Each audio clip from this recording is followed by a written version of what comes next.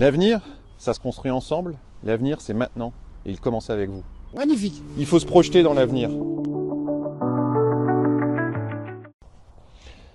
Bonjour à toutes et à tous. On se retrouve aujourd'hui pour parler urbanisme et logement. Comme vous le savez, sur le précédent mandat, j'ai été adjoint au logement et c'est un sujet qui est extrêmement important. Aujourd'hui, nous devons préparer l'avenir et l'avenir pour la commune, c'est le passage aux 20 000 habitants. Le dernier décompte annonce 17 800 habitants et nous devons anticiper les choses, nous devons travailler les choses de manière réfléchie pour ne pas subir ce passage aux 20 000 habitants, pour ne pas saturer nos écoles ni nos services publics. Certains sont pour, certains sont contre, mais c'est un fait, c'est comme ça, la ville grandit et nous devons nous adapter. Ce passage aux 20 000 habitants est une bonne chose. Elle nous permettra d'avoir plus de moyens, plus de dotations et d'avoir de meilleurs services pour notre commune. Parlons un peu aussi urbanisme et finances. Pourquoi les deux sujets en même temps? Parce que pour une ville, ils sont assez liés. La principale source de financement pour la commune, au-delà des dotations, c'est surtout la taxe foncière. La taxe foncière sur la commune, c'est un gros sujet. Vous êtes nombreux à m'en parler à chaque fois que je vous rencontre, parce qu'elle est très élevée sur la commune. Alors, cela s'explique. Historiquement, la commune a toujours eu un taux de logements sociaux très élevé. Et d'un point de vue financier, le problème, c'est que les logements sociaux sont exonérés de taxes foncières. Concrètement, en 2020, on était à 55% de logements sociaux. Une de mes priorités, ça a été de rééquilibrer immédiatement la politique de logement pour baisser ce taux de logements sociaux. Et aujourd'hui, nous sommes à 43% de logements sociaux. Mon objectif pour 2032, c'est d'arriver à 35%. Pourquoi? Parce que financièrement, on aura beaucoup plus de contributeurs. Et ça nous permettra d'avoir des budgets supplémentaires et de pouvoir financer nos actions futures.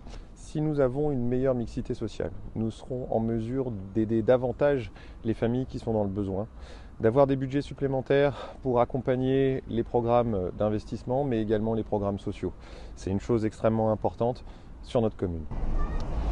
Plus de contributeurs, moins de logements sociaux, c'est aussi beaucoup plus d'habitants sur la commune et nous devons travailler un point essentiel, les transports.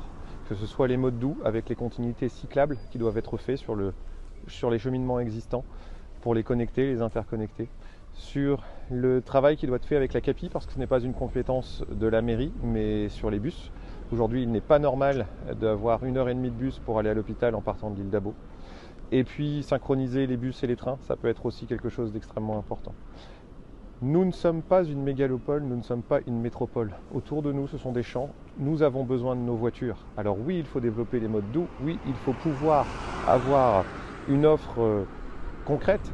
Mais il ne faut pas oublier la voiture. Il y a des axes sur la route aussi, des axes sur la commune qui doivent être développés parce qu'on a des nouvelles constructions qui arrivent, parce qu'on va avoir plus d'habitants et on a des espaces pour créer aussi de la place pour la voiture. Aujourd'hui, on ne peut pas s'en passer.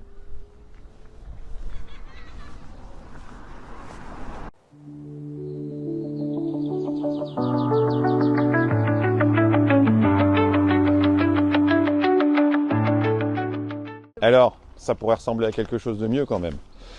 Aujourd'hui, je vois déjà les réactions. Certains vont me dire « Mon Dieu, combien ça va coûter? C'est pas possible ». Je voulais vous rappeler une chose et je pense que vous l'avez compris aujourd'hui dans nos vidéos. On s'inscrit pour l'avenir de l'île d'Abo. Notre vision, c'est une vision à long terme.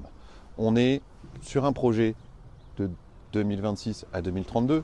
Alors, la ville, elle va changer. La ville, elle va se transformer et elle va se transformer avec vous. Et ce que je veux mettre en place, c'est des moyens, des ressources pour qu'on puisse construire cette ville tous ensemble. On pourrait avoir l'IUT rénové, mais on pourrait aussi avoir ici un nouvel immeuble d'habitation. Dans l'avenir, si on ramène nos associations, si on a une nouvelle galerie commerciale avec des habitations et un super bar-restaurant à l'étage, c'est possible, il nous faudra des parkings. Et ces parkings, on pourrait très bien le mettre ici.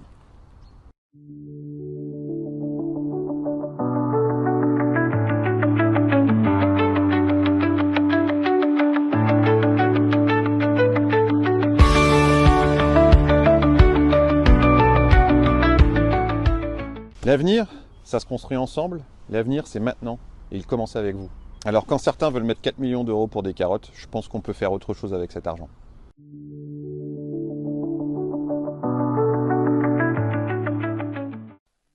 avec mon équipe, nous refusons de donner la ferme Chaffard à une entreprise privée. Ce que nous voyons sur ce tellement, c'est un boulodrome couvert pour nos boulistes, pour qu'ils puissent jouer en été comme en hiver. Pour nos danseurs qui manquent de place sur la commune et nos autres associations, on peut faire une salle de danse à l'étage de ce bâtiment sans aucun problème. Une ferme pédagogique, ça a été demandé par les habitants.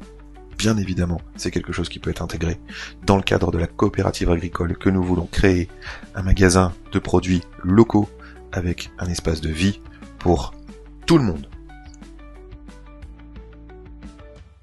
Sur le bâtiment du fond, une maison médicale. Pourquoi ? Parce que vous verrez dans notre prochaine vidéo que c'est notre stratégie de redynamisation sur la commune. Alors, pourquoi laisser la ferme Chaffard à une entreprise privée alors qu'on pourrait faire tout ça ?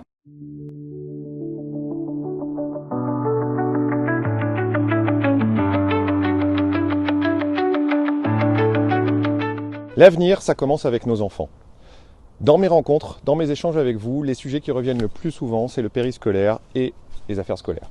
Construire une école bienveillante, exigeante et tournée vers l'avenir commence par la rénovation progressive des bâtiments, des classes mieux équipées, l'apprentissage et la maîtrise des écrans, la végétalisation des cours d'école. Aujourd'hui, beaucoup de parents vivent le périscolaire comme une loterie administrative. Trop de délais, trop d'incertitudes, trop de stress, surtout quand on a plusieurs enfants. Ça doit changer.